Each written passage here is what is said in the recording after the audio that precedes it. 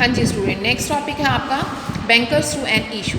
Bankers through an issue help करता है आपकी फंक्शनिंग में, प्राइमरी मार्केट में जितने भी आपके फंक्शन, क्योंकि हम क्या पढ़ रहे हैं, NIM न्यू इशू मार्केट के बारे में स्टडी कर रहे हैं कि न्यू इशू मार्केट में आपके कौन कौन से इंटरमीडिएटर्स होते हैं। उसमें आपने मर्चेंट का पढ़ा, उसमें आपने जो था उसका पढ़ा था, अंडर राइटर्स का पढ़ा था, और अब तीसरा आपका आ जाता है बैंकर्स टू एन इशू।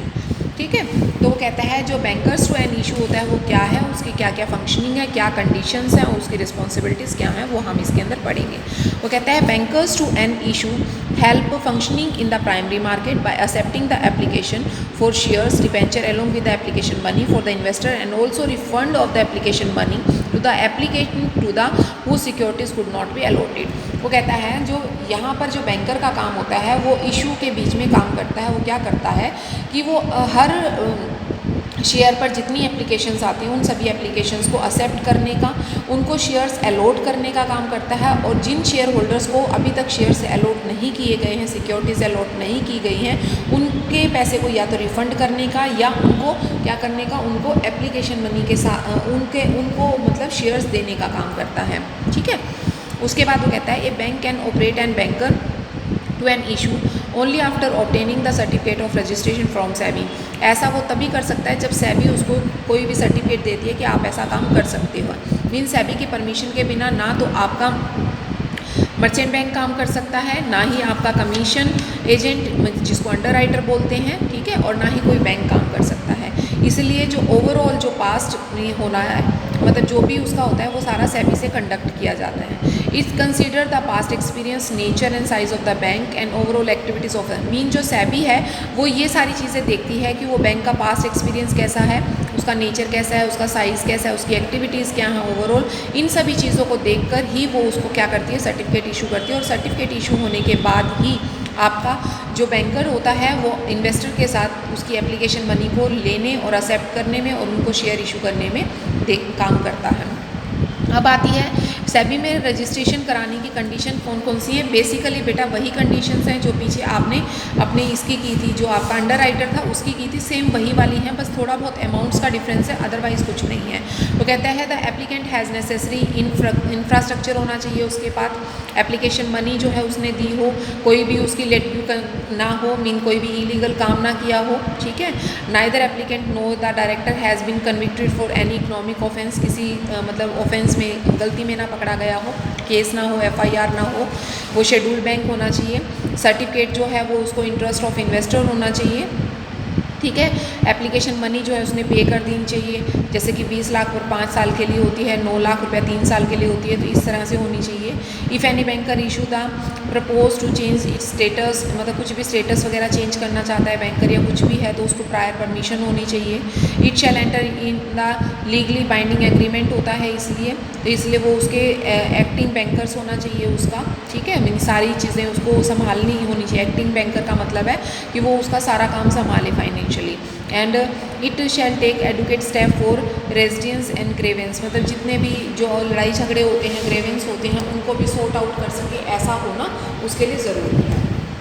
उसके बाद आती हैं जनरल रिस्पॉन्सिबिलिटीज़। जनरल रिस्पॉन्सिबिलिटीज़ का मतलब है कि एक बैंक, मान लो एक बैंकर जो है वो एक मीन मार्केट में शेयर सिक्योरिटीज़ को बेचता और खरीदता है, तो उस केस में उसकी रिस्पॉन्सिबिलिटी क्या हो जाती है। वो कहते हैं each banker to an issue has to enter into the agreement with issuing company. वो कहते हैं इशूइंग कंपनी के साथ वो एंटर कर ले। ठीक है, पहली बात तो ये है कि उसका क्या है कि उसकी सबसे पहली रिस्पॉन्सिबिलिटी ये है कि वो एक एग्रीमेंट कर ले।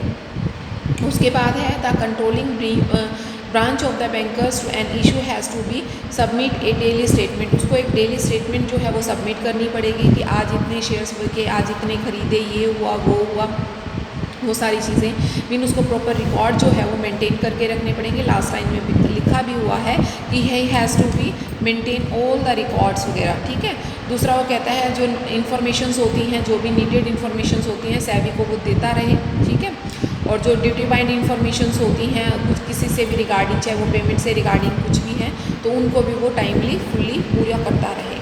तो ये है बेटा आप लोगों के bankers to an issue, mean इसको हम बैंकर्स ही बोल सकते हैं कि बैंकर एज अ इंटरमीडिएटर्स। ठीक है, अब बात आती है registrars to an issue and transfer agent. वो कहता है the company registrarship is highly professional service involving minutes attend to details and the function of the performance by them are as follow. जो रजिस्ट्रार होता है, ठीक है, या इसको हम बोल सकते हैं ट्रांसफ़र एजेंट। आप इसको रजिस्ट्रार भी बोल सकते हो, ट्रांसफ़र एजेंट भी बोल सकते हैं।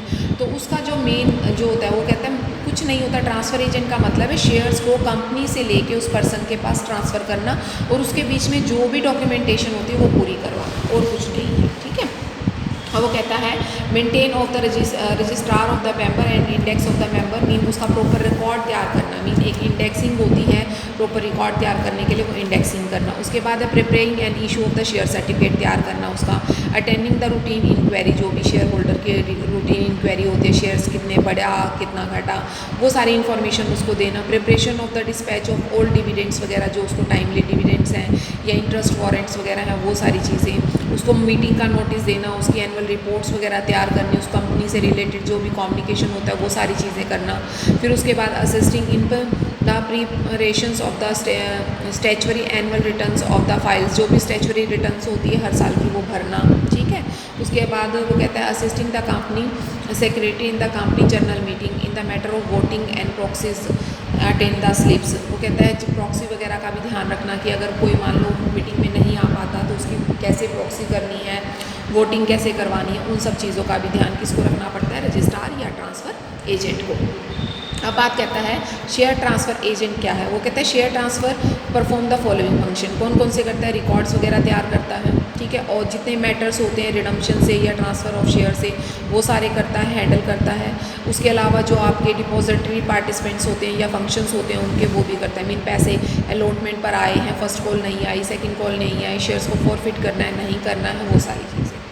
उसके बाद कैटेगरीज होती हैं 1 और 2 categories. 1 category is those who carry N activities of both registrar and issue and also the share of transfer agent, दोनों का काम करता है, जो कि रजिस्ट्रार का भी करता है और ट्रांसफ़र ऑफ एजेंट का भी करता है। इसमें सिर्फ वो कहता है who carry on activity either, या तो रजिस्ट्रार का करेगा या ट्रांसफ़र एजेंट का करेगा। ये 2 कैटेगरीज आपको बताई गई हैं।